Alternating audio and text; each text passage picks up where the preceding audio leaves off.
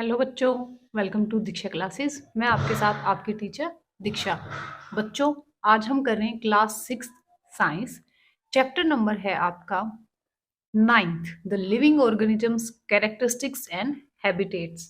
हिंदी में आप बोल सकते हैं सजीव एवं उनका परिवेश, जिस स्थान पर वो रहते हैं। ठीक है, इसके बारे में हम पढ़ेंगे। लास्ट वीडियोस में हम 1 to 8 चैप्टर्स को कवर कर चुके हैं एक्सप्लेनेशन एंड क्वेश्चन आंसर्स के साथ। नेक्स्ट वीडियोस में हम क्लास 6 के सभी चैप्टर्स को कंप्लीट करेंगे। ठीक है, तो नेक्स्ट वीडियोस मेरे साथ करने के लिए आप चैनल को कर लीजिए सब्सक्राइब। वीडियो पसंद आती है, आपको समझ में आता है तो अपने दोस्तों के साथ वीडियोस को शेयर जरूर करें। तो चलिए अब हम चैनल की लेसन की रीडिंग जो है वो स्टार्ट कर लेते हैं। ठीक है, तो चलिए। The living organisms characteristics and habitats, सजीव एवं उनका परिवेश। Paheli and Bujo went on vacation to many places of interest. One such trip took them off the river Ganga in Rishikesh. They climbed the mountains of the Himalayas, where it was very cold. They saw many kinds of trees on these mountains, oaks, pines, and deodars, very different from the ones near their home on the plains. In yet another trip, they traveled to Rajasthan and moved on camels through the hot desert. They collected different kinds of cactus plants from the trip. Finally, they went on a trip to Puri and visited the sea beach dotted with casuarina trees. While recollecting all the fun that they had on these trips, a thought struck them. क्या हमने पढ़ा अभी तक कि पहेली और जो बूझो हैं वो छुट्टियां मनाने के लिए कहीं सैर करने के लिए गए। उन्होंने एक ऐसी यात्रा की, पहली यात्रा उन्होंने की ऋषिकेश में गंगा नदी को वो देखने के लिए गए। उन्होंने हिमालय की पर्वत श्रृंखलाओं पर कुछ पर्वतारोहण देखे जहां पर बहुत ज्यादा क्या थी, ठंड थी, और यहाँ पर ओक, चीड़ और देवदार के पौधे जो है इन्होंने देखे। ठीक है, जो उनको मैदानी क्षेत्रों से बिल्कुल अलग लगे। फिर उन्होंने राजस्थान की यात्रा की, जहां पर उन्होंने ऊंट की सवारी की और मरुस्थल में भी घूमे। यहाँ उन्होंने नागफनी जैसे पौधों को क्या किया, देखा, उनको एकत्रित किया। फिर वो पुरी गए, जहां उन्होंने समुद्र तट की सैर की और वहां पर उन्होंने केजोराइना वृक्ष की कतारें देखी। इन स्थानों पर उन्होंने रोमांचक और उल्लासपूर्ण जो क्षण थे उनको बिताया।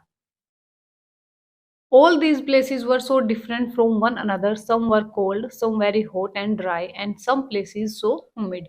And yet all them had many organisms, living creatures of various kinds.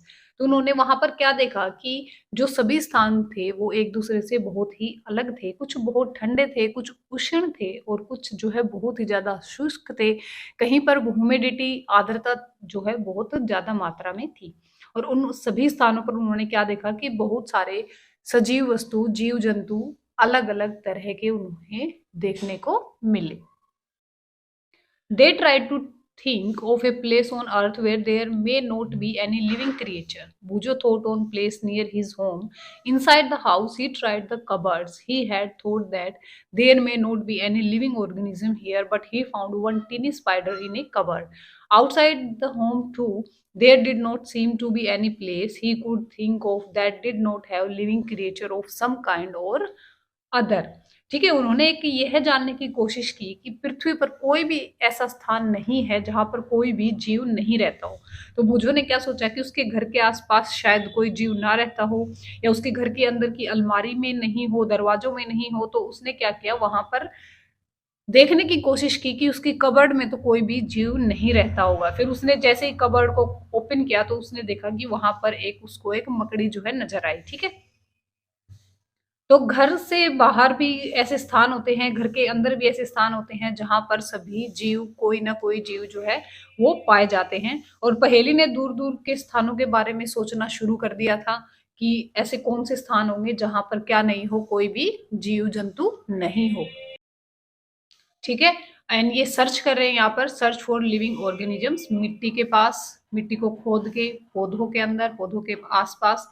ठीक है, तो पहेली एंड बूझो ये सर्च कर रहे हैं लिविंग ऑर्गेनिजम्स को अपने घर के आसपास। Organisms and the surroundings where they live, सजीव एवं उनका परिवेश, उनका वातावरण जिसमें वो रहते हैं।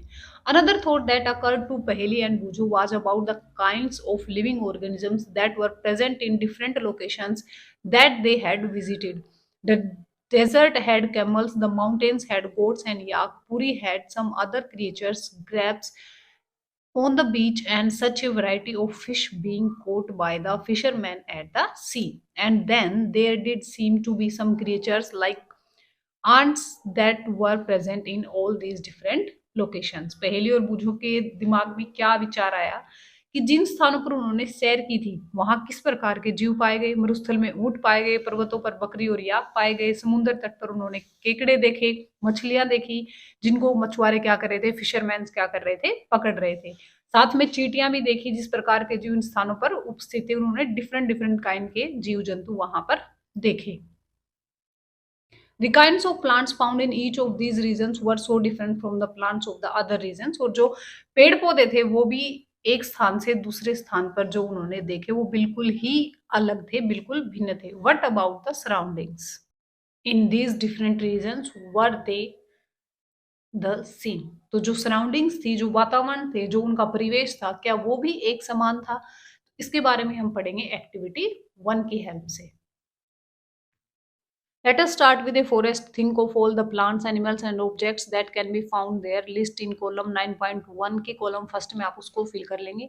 List things, animals and plants found in other regions that are also shown in the table. You can collect the examples scattered through this chapter in table 9.1. Discuss also with your friends, parents and teachers to find more examples to fill the table. You can also consult many interesting books in libraries that talk of animals, plant animals of different region में पाए जाने वाले जीव जंतुओं को आप table 9.1 में fill कर सकते हैं। अपने टीचर की हेल्प ले सकते हैं, अपने फ्रेंड की, पेरेंट की, किसी की भी हेल्प आप ले सकते हैं। Try and include many plants, animals and objects, big and small, in each of the column in this table. What kind of objects will we find that may not be animal or plants? Perhaps parts of plants like dried leaves, or parts of animals like bones.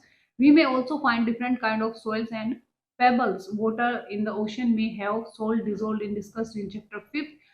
There could be many more objects. ठीक है, तो इस तरीके से आप अलग अलग objects, जैसे कि सोल्ट होता है डिजोल्व किसमें, ओशियन वाटर में। ठीक है, तो इसी तरीके से आप अलग अलग चीजों की एक टेबल आपको गिवन है 9.1, उसमें आप क्या कर सकते हैं, उसको 9.1 टेबल को फिल करेंगे। Animals, plants and other objects found in different surroundings, अलग अलग वातावरण में जो चीजें पाई जाती हैं वो यहाँ पर आप फिल कर लेंगे अपने टीचर की हेल्प से या फिर अपने पेरेंट्स की हेल्प से। हैबिटेट एंड एडेप्टेशन, आवास स्थान और उसके प्रति उनका अनुकूलन। What do you find from the plants and animals listed in activity first? Did you find a large variety in them? Look at what you have entered in the column for the desert and column in the sea. Did you list very different kind of organisms in these two columns? तो जो desert में पाए जाएंगे और जो सी area में पाए जाएंगे वो बिल्कुल ही डिफरेंट टाइप के एनिमल्स आप देखेंगे। What are the surroundings like in these two regions, तो इनके जो सराउंडिंग्स है, इनका जो परिवेश है वहां कैसा है। In the sea plants and animals are surrounded by saline water, most of use of air dissolve in water. ठीक है, तो जो सी के आसपास रहते हैं वहां पर प्लांट्स और एनिमल्स में क्या होता है, स्लाइन सोल्टी वाटर होता है उनके आसपास एरिया में। ठीक है, तो most of them air dissolve in water, तो वाटर के अंदर जो एयर होती है वो डिजोल्व होती है। There is very little water available in the desert. It is very hot in the daytime and very cold at a night in the desert. The animals and plants of the desert live on the desert soil and breathe air from the surroundings। ठीक है, वो air कहाँ से लेते हैं, उनके परिवेश से।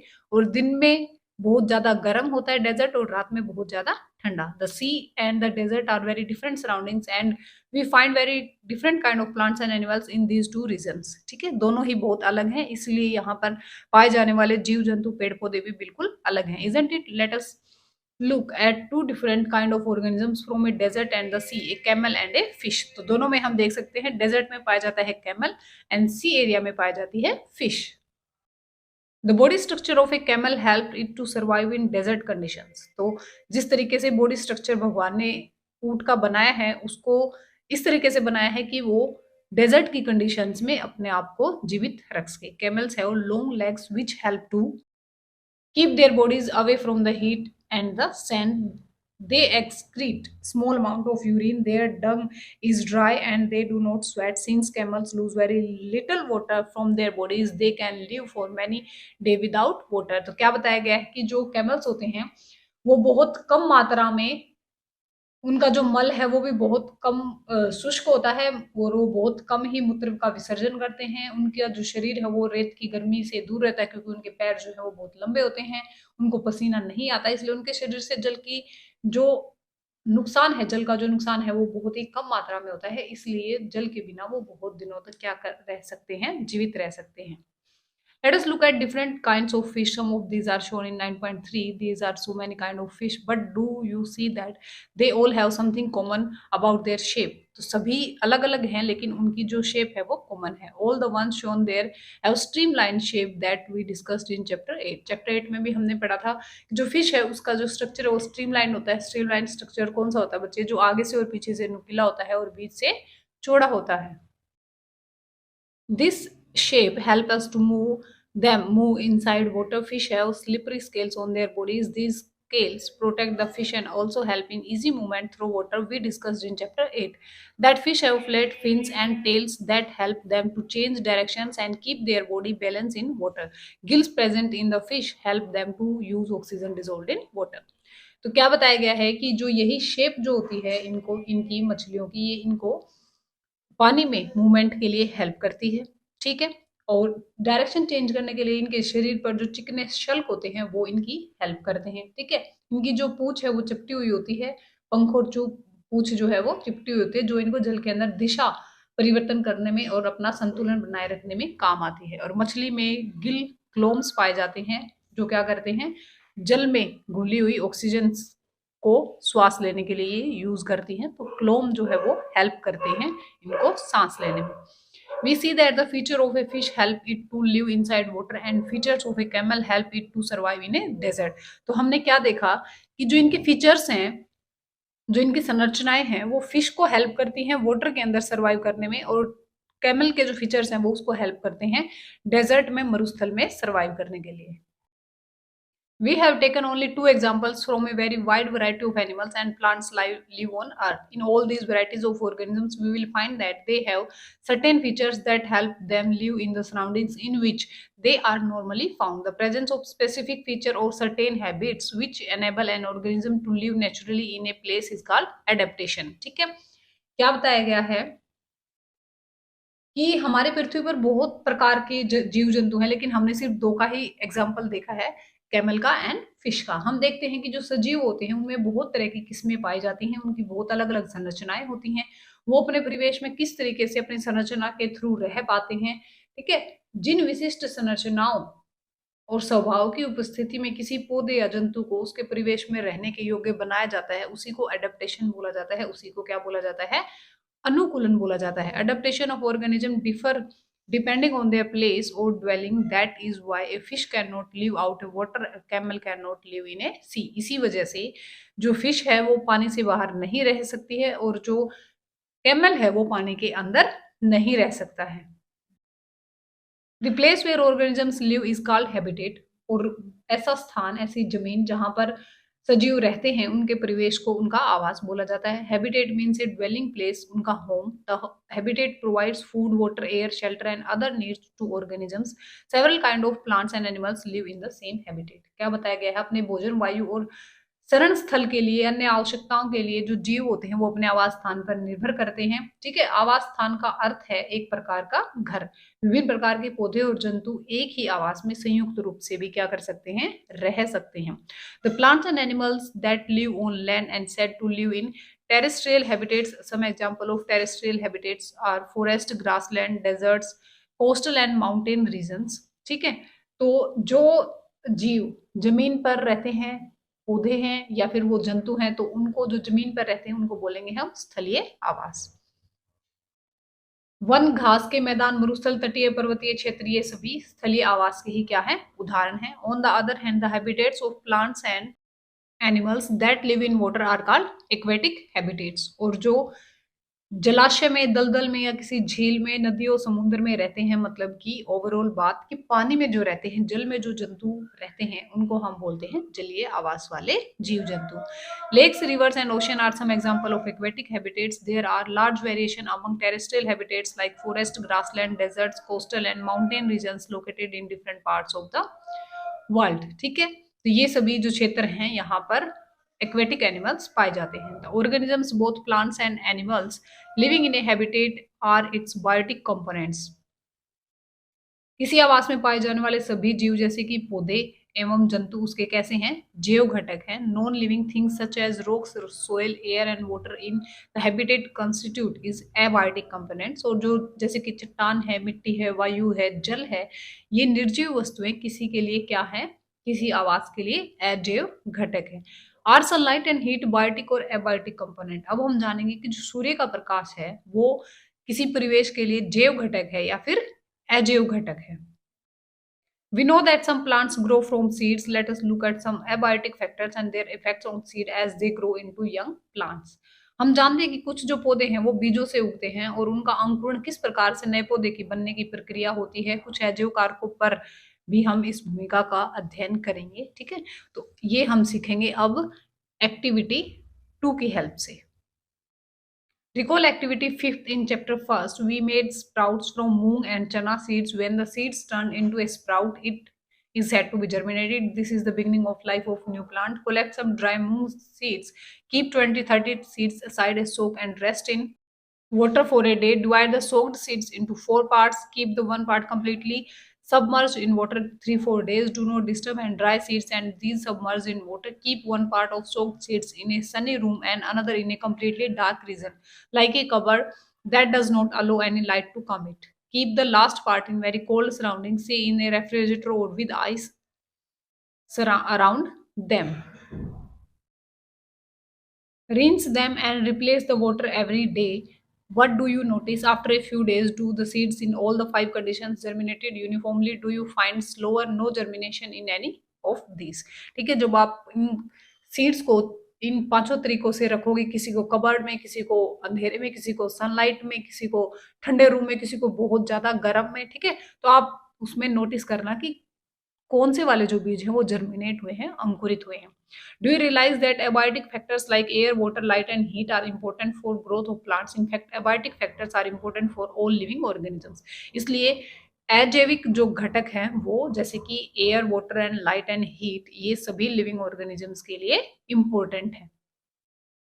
We find that organisms exist in very cold as well as very hot climates, isn't it? How do they manage to survive? Adaptation is the method by which organisms get well adjusted to the climate. ठीक है, adaptation does not take place in a short time because the abiotic factors of a region also change very slowly. Those organisms which cannot adapt to these changes die, they and only the adapted ones survive. Organisms adapt to different abiotic factors in different ways. These results in a wide variety of organisms in different habitats. Let us look some habitats understood, the abiotic factors and the adaptation of animals and these habitats. तो हमने क्या जाना कि जो भी जीव जंतु अपने परिवेश के अकॉर्डिंग अनुकूलन नहीं कर पाते हैं, उनका शरीर उस योग्य नहीं होता कि वो उसमें सरवाइव कर पाए, तो क्या हो जाते हैं, मर जाते हैं. ठीक है, तो इसलिए जो अडेप्टेशन है वो सभी जीव जंतुओं के लिए जरूरी है और इसी तरीके से उनके आवास, उनके स्ट्रक्चर सभी के अलग अलग बनाए गए हैं ताकि वो वहां पर क्या कर पाए, सरवाइव कर पाए. ठीक है, तो यहाँ तक हमने देख लिया चैप्टर को कि एक्वेटिक हैबिटेट्स क्या होते हैं, टेरेस्ट्रियल क्या होते हैं, बायोटिक एबायोटिक कंपोनेंट किस प्रकार से उन पर जैविक अजैविक का उन पर प्रभाव पड़ता है. ठीक है, तो आपका जो चैप्टर है वो बहुत ही ज्यादा लॉन्ग है, तो इसको हम 2 पार्ट्स में करेंगे. फर्स्ट पार्ट आपको मिल गया है, सेकंड पार्ट नेक्स्ट वीडियो में हम करेंगे, तो उसके लिए आप चैनल को सब्सक्राइब कर लीजिए ताकि वीडियो आती है आपको नोटिफिकेशन मिल जाए. तो नेक्स्ट हम करेंगे चैप्टर को कंप्लीट नेक्स्ट वीडियो में, देन इसके क्वेश्चन आंसर्स देखेंगे. तब तक आप यहाँ तक ध्यान से समझ लीजिए. अगर कुछ समझ में नहीं आया है तो आप कमेंट सेक्शन में कमेंट कर सकते हैं और चैनल को सब्सक्राइब कर लीजिए. वीडियो अच्छी लगती है, अगर समझ में आई है तो अपने दोस्तों के साथ शेयर जरूर करें. Thank you so much. पढ़ते रहिए, आगे बढ़ते रहिए.